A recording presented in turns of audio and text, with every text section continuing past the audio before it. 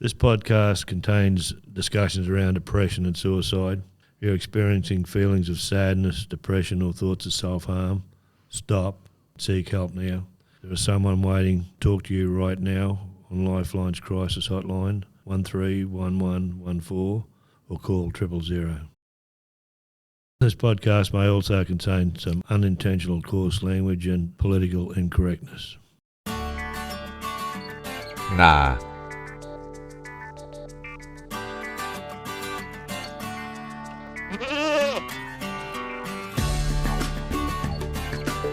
Nah.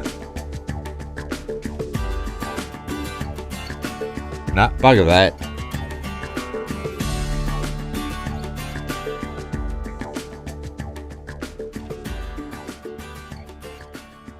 Nah, you wouldn't be dead for Quids. Hello and welcome to episode 4 of You Wouldn't Be Dead for Quids. It's the Augathella Fella podcast, a no BS discussion on what life throws at you and how to deal with it. I'm Ruth Geis and joining me is Graham Cotter. We call him the man in the hat, the Buddha of the bush, the Augathella Fella and the goat guru. How you doing, Graham? Wouldn't be dead for Quids, Ruth. How are the goats? The usual cells. The grass is always greener on the other side of the fence. How are the neighbours? Well, it's a bit of a race at the moment. I think I'm leading by a long neck, and who my neighbour hates most, the goats or me. So I think I'm got my nose in front of the stage. So things are good. Things are as they should be. Excellent. Now, by the way, the whole goat thing now makes sense to me because I actually did a little stalking on your Facebook profile, although, well, I mean, it's not really stalking if you're friends, I guess. But your birthday is December 31. You're a Capricorn, a goat. How's it being born on New Year's Eve? Well, do you have a party?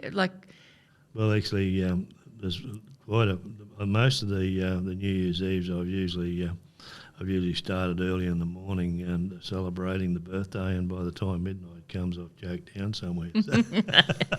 So usually sound asleep. But it means you've always got a party, even if you don't have your friends and family around, you can always go out and find any party. Yeah, no, that's for sure. No, it's not a bad one. Actually, it's changing the guards one year and one wake up in a brand new year. So no, it's pretty chuffed about having been born on the 31st December. Okay, now Capricorn, the goat, disciplined, goal-oriented, dependable, ambitious. Does that sound about right to you? I guess so, pretty much, Ruth.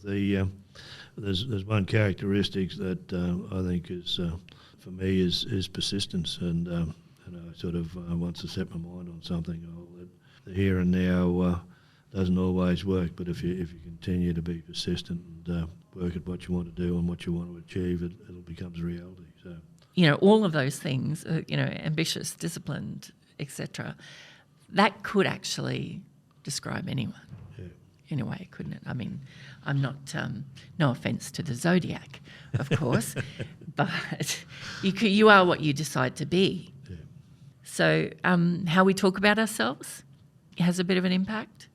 Oh, definitely, Ruth. It's how we, sort of the saying, we've all heard of the saying, abracadabra, which is magicians use that when they're going to make something magical happen. And the Hebrew translation for abracadabra is, as we speak, so we create. So that's pretty amazing, and one of the as we speak, so we create. Yeah. Well, very close to that, if I'm not 100% on the money, but that's what that means. So thoughts become things. Yeah, and even in the it's in the Bible. As we think, so shall we be. What passage or whatever of the Bible is, but it's certainly in there, and that's the reality of it. Like one of the rules of the mind is our minds respond to the words we say and the pictures we make. So if something's not working or not right in our world, change the words, change the pictures, change your life, and that's part of what the rapid transformational therapy process is. It's there's just changing that programming that that was installed in that one from conception to 7, and Okay, well, that's flawed. here's one for you, Graham. So sometimes I'm so centered. I just amaze myself. Sometimes I'm feeling great. I'm just like, yes, I'm on top of the world. I have got this thing. But then something happens. There's a kick in the guts. There's a, chewy on the sidewalk. Life throws stuff at you, and it's like, how do you come back from that? Well, I guess sort of when you're in a good space, it's a lot easier to come back. It's when, as I said earlier, in one of the other podcasts, is that when you're down and sort of you're not in a good place, that's when the world seems to line up and so he's down here, so I'll put the slipper in here. I'll give him some, and it seems to be relentless. It's one of my favourite sayings. It's we all get knocked arse overhead. It's how we get up that defines our character. And sort of when you're in a good mindset and when you're mentally and emotionally well, Yeah. it's a lot easier. And to come, those hits are going to keep coming at us. It's how we respond to them. And if you're down, it's harder to get up. But that healthy self, which I referred to a number of times, is always there. Yeah, and there's a meme that I've seen which was, have you had a bad day, or have you just had a bad 5 minutes that you kept going over and over and over again? So once one bad thing happens, then that sort of kicks us off for the rest of the day. Yeah. So it's that mindfulness to be able to go, that was one thing. Yeah. That's exactly right, Ruth. Mindfulness, as I said before, it's a heightened awareness, a heightened state of awareness, and awareness of what we're thinking, awareness of the environment around us, and awareness of the values that define who we are. That's critical. It comes back to change the thoughts, change the pictures, and be in that present state, not on the past, not on the future, but in the here and now. And like the goal kicker with looking forward to the point where that he's looking at that ball going through between the sticks. What I'm trying to say here is that we can look forward, but be mindful of what we're looking to achieve. And once you're locked onto that, it becomes easier to get up when you do get knocked arse overhead, basically. So if you know where you're going or where you want to go. So what if you're having a really good day, but someone you run into is not, and they put all their crap onto you? How do you deal with that? I remember you told me a story about a monk once. Yeah, well, that monk story sort of resonates with me. It's the monk in the street. Someone walks past and starts abusing him and just belittling him, and the monk just sat there and smiled and nodded. And after about 20 minutes of being abused and all sorts of things verbally and the rest of it, the bloke that was abusing the monk stopped and exasperated and said, I've been abusing you here for the last 20 minutes, and you sat there and nodded. So, and the monk's reply to that was, if someone offers you a gift and you didn't accept it, who has the gift? So it's that simple. If you take it on board, Yes. and then you take ownership of it. But if you don't take it on board, one of my favourite sayings, and I've put it in a few recordings I've done, is what other people think of you is none of your fucking business. and it isn't. Absolutely true, because if you do worry about it, you will send yourself crazy. Yeah, it's a case in point. Like me to say, one connection between physical wellness and mental wellness. Like I mean to say, I can vouch for the fact that Crohn's disease and those sorts of bowel type issues are a direct result of how we think. Like I mean to say, I did a lass who had Crohn's disease, and we did the rapid transformational therapy process, and it's not an issue anymore. Wow. Because it was all to do with what other people were saying.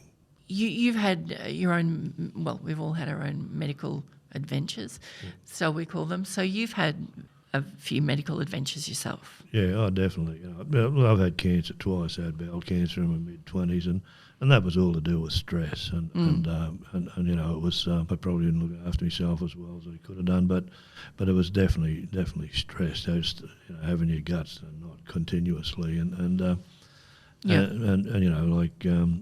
guess I was busy. I was I sort of had lots of stuff happening, but it was definitely a connection between where I was mentally and where I finished up physically.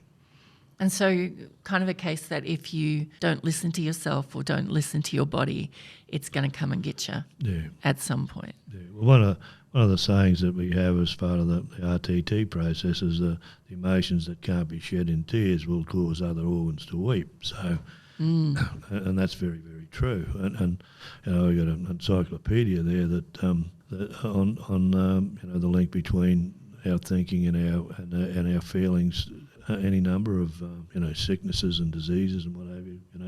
Cancer. The fact depression and cancer go hand in hand. Mm-hmm. And which came first necessarily, the depression or the cancer? Normally it's the depression. It's the it's that mental aspect that's the issue. So and it manifests itself because if you step back and think about it, 95% of what happens to us physically and everything else is in our subconscious mind. So that cancer just didn't appear there. It was created by your subconscious mind. It's directing what cells do what and all the rest of it. So, if it created it, can uncreate it. And because stress is not something that's in your head. No, it's in your body. Yeah, but it's it's your head, it's your subconscious mind that's directing that adrenal gland to work the way it does and all those sorts of things. So, the world we live in today, we're all in a mild state, or most of us a mild state, but certainly of stress all the time, continuous, and it's unhealthy. It'll reach a point where financially, as an economy, the world's going to need to address it. So Graham, this encyclopedia that you were talking about, what is that? It's the ailments and diseases. It's the how to heal conflicted feelings, emotions, and thoughts at the root of illness. So it's pretty amazing how so much of our physical well-being is connected to our mental and emotional well-being. Now, I'm pretty sure you recommended this book to me. I think The Body Keeps the Score. Yeah, that's an amazing book, actually. It's especially it deals with a lot of trauma and PTSD and that sort of stuff. The bloke that wrote that is just an incredible story, and some of the stories in that are just make you sit down and want to cry. Some of these, the things that have happened to some of these people, and they've bounced back. So. So the name of that book is The Body Keeps the Score, Mind, Brain and Body in the Transformation of Trauma. I actually, because I've had it on reservation at the library and my reservation notice has just come up, so I'm like, meant to be, yes. Yeah, no, I'm looking forward to reading it. Yeah. Sometimes it's more often than not with the chronic pain, it's a physical issue, something's happened. Yep. But a lot of illnesses are a direct result of aspect of our lives. Itself with those conditions like Crohn's disease and that sort of stuff. And when, to be clear, neither of us are doctors. Oh. You should always see your doctor if you think, see your GP if you think there is something wrong. So Graham is talking about his personal journey and the lived experience that you have had. Yeah. Everyone makes their own decisions, but that's what you've come to. Oh yeah, definitely, without a doubt. And like me to say, I think, and I did my training in for the rapid transformational therapy in Sydney in 2018. There was 5 GPs and an ear, nose and throat specialist in my group. And when in LA, I went over there, and I think there was about 7 or 8 GPs in that training. Wow. And Marissa Peer, who developed processes, actually addressed the Royal College of Medicine in London, and I think this year she was going to be talking at to the World Health Organisation, one of their bun fights. So, so it's definitely becoming more and more recognised, that link between. And definitely worth thinking about where you are in your head. Yeah. Oh, yeah. So If you've got something going on in your body, to be able to think, what's going on in my head? yeah. So interesting concepts there between the mind and body, and so I think it's a great discussion to have and something that people should look into for themselves. You know, don't take our words for it, but most definitely have a look at it. And so that is it for episode 4. What have we got going on next time, Graham? Are we going to have an episode 5? Yeah, no, why not, Ruth? Okay. We're on a roll. All right. The next episode 5 is no matter what happens in the past, it's the past. It's what we learn from it that counts, and take a look at how that all works. So, yeah. Talking about regrets. Yeah, regrets and all those sorts of things. Like the time I wore a miniskirt with Ugg boots to a Dr. Hook concert. Not sure what I was thinking. Anyway, thank you so much for joining us again. Remember that the Augathella Fella, Graham, is available face-to-face and online consultation. So if you want to have a chat about what we've been talking about today or in any of the other podcasts, or what might be going on in your life, then yeah, you can have a chat to Graham. It's www.kissbusiness.com.au. We'll put the link in the description, but you can have a 30-minute free consultation with Graham just to have a chat. You have been listening to Graham Cotter, the Augathella Fella podcast. You wouldn't be dead for quids. And we will catch you very, very soon in episode 5.